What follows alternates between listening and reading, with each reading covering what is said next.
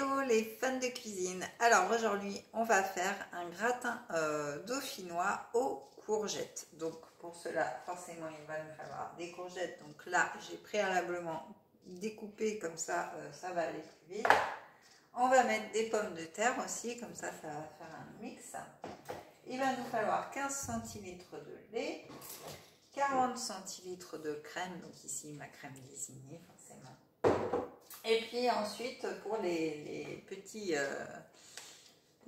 épices, etc., il va nous falloir de l'ail en poudre. Donc moi je l'utilise en poudre comme ceci, il se conserve très très bien, il est vraiment très très bon, il a vraiment un très bon goût d'ail. Donc allez-y, n'hésitez pas à aller faire un tour sur la boutique. Ensuite, pour accommoder, pour accompagner ou ce que vous voulez, ce gratin dauphinois, on va mettre notre souffle de printemps, donc top du top. Ensuite, forcément, notre poivre gastronomique et notre sel faux que vous retrouvez sur notre boutique et les moulins dans la rubrique accessoires. Et puis ma petite touche quand je fais des gratins dauphinois, eh bien je mets l'huile d'amande à la fève de tonka. Et là, vos pommes de terre et vos courgettes vont prendre un goût sublime et ils vont être tendres et moelleuses, vraiment fondantes en bouche. Ça va être un délice, donc testez-le. Vous l'avez aussi en version vanille. Donc là, vous voyez, on voit bien la fève de tonka en bas. Et à la vanille, eh bien, vous avez la gousse de vanille dedans directement. Donc voilà. Donc ça, c'est des huiles prodiges. Elles sont vraiment exceptionnelles. Je vous les recommande à 100%. Moi, je les utilise un petit peu partout. Ça donne un côté moelleux à toutes vos préparations. Donc, on ne va pas s'éterniser là-dessus, sinon il y en a pour des heures.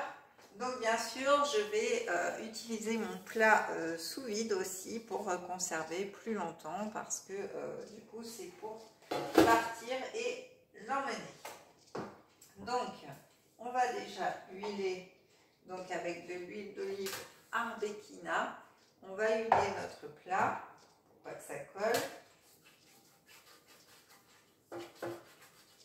Voilà, donc vous pouvez le beurrer aussi, hein.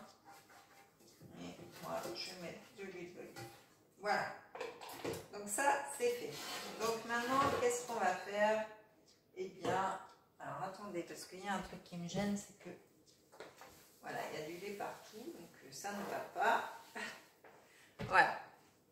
Donc là, on va prendre notre plat comme ceci, et on va tout simplement déjà mettre une couche de pommes de terre au fond du plat. Voilà, donc moi je les dispose joliment. Après, vous pouvez les mettre en paquet à la va-vite, il n'y a pas de souci. Moi j'aime bien que ce soit joli. J'adore faire ma petite cuisine, donc voilà. Voilà. Donc l'avantage, c'est qu'avec ces épices-là,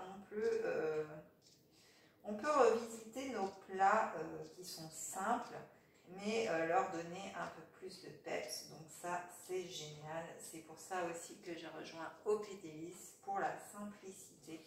Voilà, c'est vraiment des très très bons produits. Donc allez faire un tour sur la boutique. Et si jamais cette activité vous intéresse aussi, alors vous n'êtes pas obligé de faire une chaîne YouTube, hein. Moi c'est parce que je la fais, parce que voilà, ça me fait plaisir de vous faire partager mes petits plats. Mais voilà, si vous voulez faire partie de nos Miss ou Mister Cook, eh bien envoyez-moi un message et c'est avec plaisir que j'y répondrai. Ça vous permet de gagner un complément de revenu ou pourquoi pas un peu plus. Donc tout dépend de ce que vous cherchez. Voilà. Donc là, j'ai une couche de pommes de terre. Hop, donc je me relave les mains. Donc là, on va mettre forcément un petit coup de sel fou. Voilà, un petit coup de poivre gastronomique.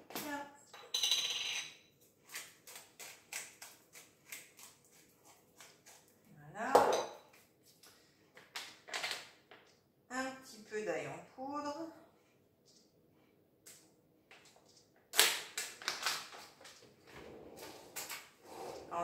pas trop, hein, mettez juste un tout petit peu parce que ça dose bien en ail. Hein, donc, voilà. Et puis notre souffle de printemps. Donc, sachez qu'une cuillère à café rase suffit pour un mélange de 6 personnes dans tous vos plats. Donc voilà, donc là, comme on va faire par étapes, ben, on va y aller mollo à tous les étages. Voilà, donc ensuite, on met nos courgettes par-dessus notre rayon de pommes de terre.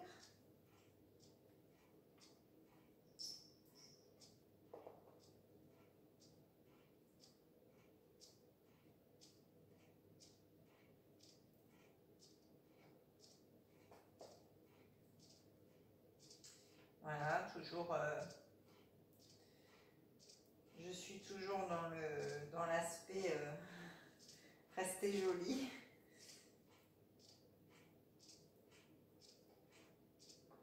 J'ai l'impression de distribuer des cartes là. C'est sympa.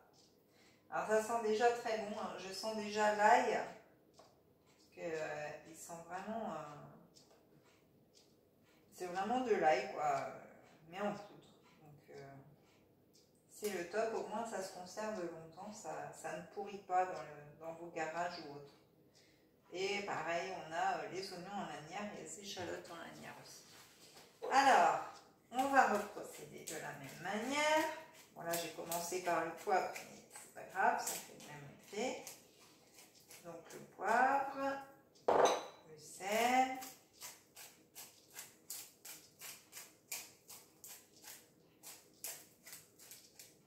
hop, l'ail. Alors l'ail, vous n'êtes pas obligé de le mettre à tous les étages. Hein. À rigueur, vous en mettez sur le dernier et sur le premier. Là, j'en mets vraiment très très peu. Voilà. Et puis notre souffle de printemps. Et là, du coup, on va continuer nos étages comme ceci. Et ce que je vais faire, c'est que je vais mettre en pause pour finir mon montage et je reviens vers vous pour la fin. Alors voilà, j'ai fini le montage. Regardez, ça fait très très très joli. Donc j'ai fait courgettes, pommes de terre, courgettes, pommes de terre. Donc là, je vais finir par mes assaisonnements comme d'habitude. Donc mon sel fou.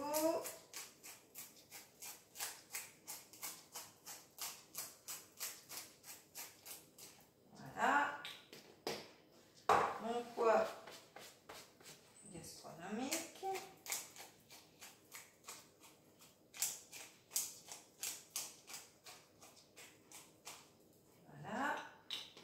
Alors là, j'en ai mis à tous les étages, donc je ne vais pas en rajouter là, ça va aller. Et puis, mon souffle de printemps. Voilà. Voilà, comme ça aura vraiment du goût. Regardez déjà comment c'est joli, ça donne envie. Hein. Donc là, forcément, ma petite touche que je vous ai parlé tout à l'heure, l'huile d'amande à la fève de tonka. Donc, on va mettre un petit filet par-dessus. Voilà. Et tout de suite, ça va donner du moelleux à votre préparation. Donc, voilà. Et puis là, bah, du coup, on va mélanger notre crème. Donc, 40 centilitres de crème.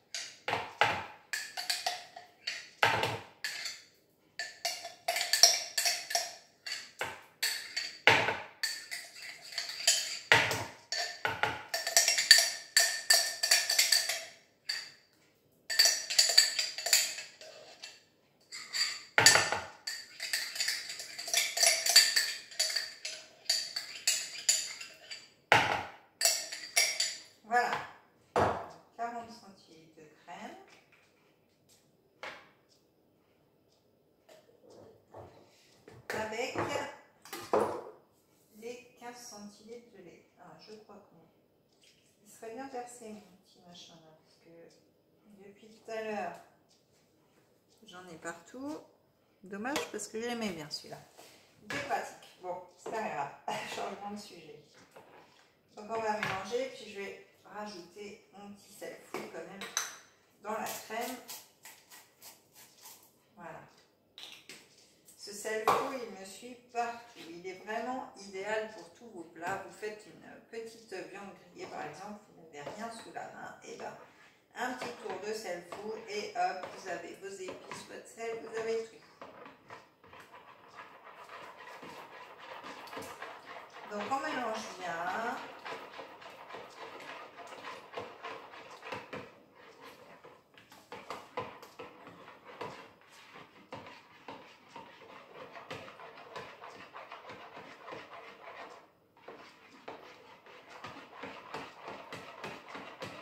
Alors il y en a qui mettent du gruyère sur le gratin dauphinois. Non, c'est un sacrilège, il ne faut pas. Bah après, si vous en voulez, vous pouvez en mettre. Hein. Mais moi, je ne vais pas en mettre. J'aime bien un petit gratin comme ça. Il n'y a pas besoin de rajouter autre chose. Voilà. Donc, on va mettre notre crème par-dessus.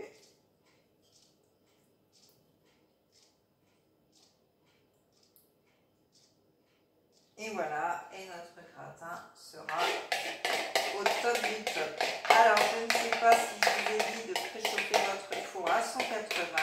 C'est encore une heure de ma part si je ne vous l'ai pas dit. Donc voilà, donc on va enfourner pendant une heure à four chaud. Donc regardez, hop, c'est génial. Allez, c'est parti pendant une heure.